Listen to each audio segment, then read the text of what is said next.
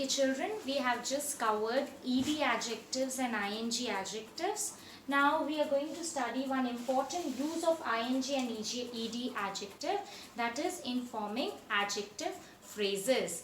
Okay, how does that come about? Let's study about it point wise. Okay, an ING adjective may take an object. What do we mean by that, children? This is an example, children. What is the name of the animal chasing the deer? Okay, so the ING adjective over here in this sentence is chasing. Okay, so chasing has an objective, deer. Okay, so this deer is the object of the ING adjective chasing. Okay, then along with that, if you see, the deer is being qualified, children, by an article, the definite article the.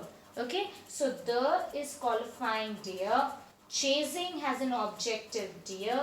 Okay, and all together chasing the deer is basically qualifying animal, qualifying the animal. Which animal are we talking about? The one chasing the deer. Okay, so let's try to simplify it a little bit.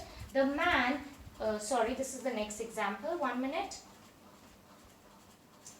In the previous example, chasing is used with two other words, the deer to qualify the noun animal. Okay, but then which animal? The animal chasing a deer. Okay, however, the ING adjective chasing has an object deer. Chasing what? Deer. Note that the noun deer is qualified by the definite article the. So animal is really qualified by the complete unit chasing plus the plus deer. Let's study this with another example. How we derive an adjective phrase. The second example, children, we have the man carrying an umbrella is the manager of a bank. Okay, so now if we see this with the ING adjective is carrying. Okay, now carrying is having an object umbrella. Umbrella is being qualified by an article, an indefinite article an. So carrying an umbrella all together as a unit is the adjective phrase which is qualifying the man. Which man are we talking about? So it is basically enhancing the meaning of which man are we talking about? The one who's the manager at the bank, right? So overall carrying is not helping us. The entire adjective phrase is helping us in qualifying the man over here. The next example. The lady teaching the girls music is herself a famous dancer. Okay, so over here, children, again teaching is the adjective, ING adjective, and it has an object, the girls and the music. So it is having two objects. Okay, so what do we understand by two objects? Last time you had studied in the previous chapter, that is direct object and indirect object. Okay, so here the ING adjective teaching has two objects, girls and music. Teaching what? When you ask the question what, then you get the direct object, that is music. And teaching whom? We get the indirect object, that is girls. So we find that one of the object girls is qualified by the definite article the.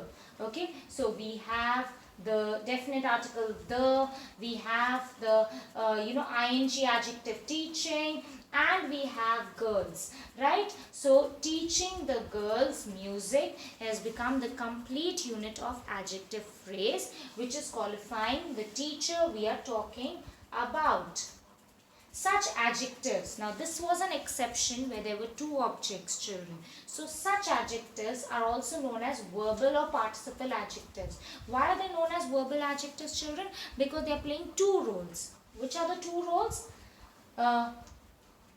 For they act both as an adjective, they are acting as an adjective in qualifying the noun, as well as they are acting as a verb in taking objects. Okay, so there are two roles. One is adjective role in qualifying the noun, and the second is verb role. What is the role of a verb? To take objects. So it is taking objects just like a verb. So these are known as verbal or participle adjectives.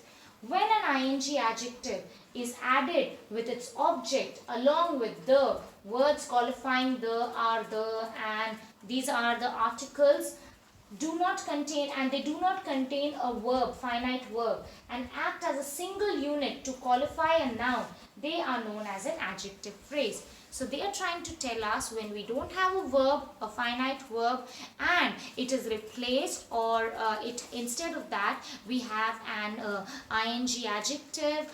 Along with that we have some helping verbs, like we have over here the articles, and along with that if we have the object, then altogether that complete unit is known as the adjective phrase. Similarly, the ed adjectives will also have an adjective phrase together with other words which do not contain a finite verb. The verb is missing, but other words are there. Okay, the goal scored by the famous footballer was disallowed by the referee. Okay, so over here, considering this example, the word scored. So scored is the ed adjective by the famous footballer, qualifies the noun goal. Okay, so this is the complete unit. It has the ed adjective scored.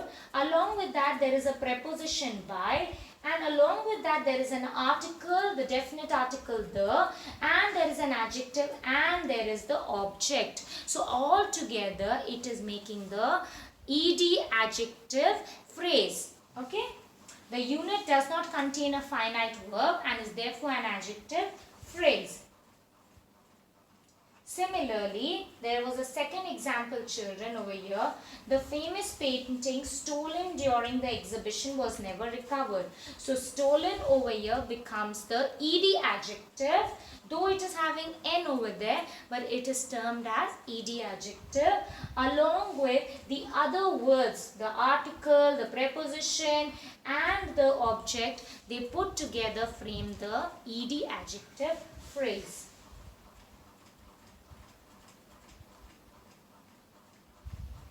Okay, so now we've understood the ing adjective phrase and the ed adjective phrase. There is an exercise along with that, the exercise B in the chapter. The exercise A and exercise B have to be done in the textbook itself. Thank you, children.